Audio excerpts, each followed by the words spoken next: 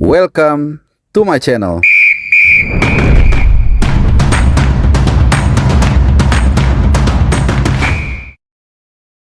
Ya, beberapa menit lalu baru saja disahkan 3 pemain Indonesia yang baru saja disumpah, yaitu Joe Pelupesi, kemudian juga ada Dean James dan Emil Audero Mulyadi sah menjadi warga negara Indonesia. Jadi welcome to Indonesia ketiga pemain tersebut. Tentunya 3 pemain yang sangat kita tunggu dan kita harapkan untuk memperkuat tim nasional Indonesia dalam menghadapi pertandingan matchday ke-7 dan juga ke-8.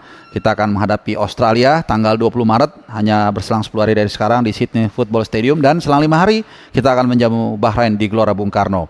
Nah, sumpah yang baru saja dilakukan berjalan dengan lancar, mengambil tempat di KBRI di Roma. Ya, tentunya ini sebuah tonggak sejarah bagaimana proses dari naturalisasi ini memakan waktu hanya sebentar, ya mungkin sekitar 3 minggu, dan ini dilakukan full satu-satunya dan baru pertama kali dilakukan tanpa 3 pemain tersebut datang ke Indonesia. Karena kalau kita berkaca dari yang sebelum-sebelumnya seperti Jay Itzes, Ragnar Oratmangun, Tom Hai dan lain-lain, bahkan juga Ole Romney, itu biasanya mereka ada sekali ke Indonesia, tapi kali ini dilakukan full di luar negeri, dan kebetulan 3 pemain tersebut memang tersebar di 3 klub di 3 negara yang berbeda, yaitu Dean James, ya kita tahu kemarin juga baru saja mencetak gol bernaung di Go Ahead Eagles. Kemudian juga ada Joe Pelupesi yang membela Lommel, ini juga salah satu klub dari klub di bawah dari City, Manchester City, ya. Kemudian juga ada Palermo, di mana di situ ada Emil Audero, sama juga nih klubnya adalah underbow-nya Manchester City yang memang dalam status peminjaman, ya, dari mother klubnya yaitu Como. Dan dalam peminjaman ini pun penampilan dari Emil Audero cukup positif, dan dia sejauh ini sudah mencetak 2 kali clean sheet. Nah, teman-teman, tentunya kehadiran dari 3 pemain ini diharapkan bisa membold juga kekuatan Indonesia, terutama dalam menghadapi 2 laga yang sudah menunggu kita. Dan kita tahu semua, walaupun memang saat ini tim kita relatif sangat stabil dan sangat firm, di mana kita punya Martin Paes misalnya di bawah Mister Gawang, tapi yang kita juga semua mungkin udah tahu, Martin Paes sudah mengantongi kartu kuning. Tentu ini harus diwaspadai. Kalau sampai dia kena kartu kuning lawan Australia, maka dipastikan dia akan absen saat menghadapi Bahrain selang 5 hari. Nah, kemudian juga sama di kiri, Calvin Verdong tidak tergantikan, irreplaceable, kemudian juga sangat handal dalam menjaga keseimbangan di lini pertahanan, dan juga sesekali juga membantu ke depan dan melakukan shooting.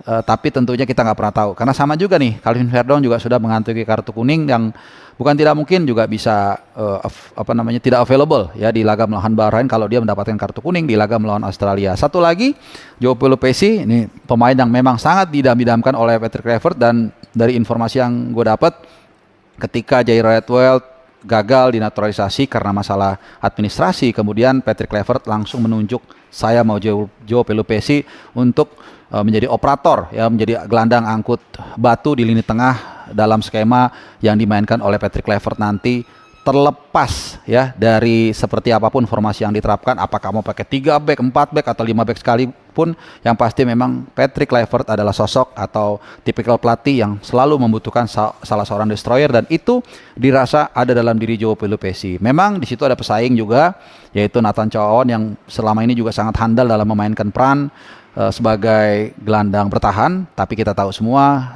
Nathan Chow itu sangat struggling bersama Swansea City yang kita tahu juga tidak pernah bermain sedetik pun sejak 28 Agustus 2024 tahun lalu. Nah, teman-teman, masih ada waktu 3-4 hari lagi sebelum kita akan menyetor nama, ya, 3 hari lagi tepatnya untuk menyetor nama ke AFC, 23 nama tepatnya yang akan kita bawa ke Australia dan juga ke GBK. Tentunya ini menarik juga, ada kita tunggu. Masih ada critical time, masih ada bentangan waktu yang harus dibutuhkan oleh PSSI untuk perampungan semua tugas ini, terutama masalah administrasi kenegaraan setelah nanti disumpah, kemudian nanti akan langsung ada dukcapil di sana, artinya akan bikin KTP, nggak tahu alamatnya di mana, ya.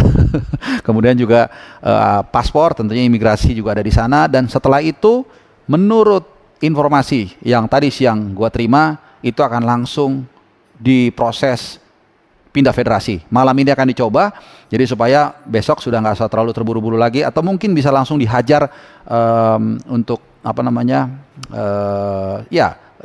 pindah federasi ya. Jadi store nama. Setelah itu akan store nama.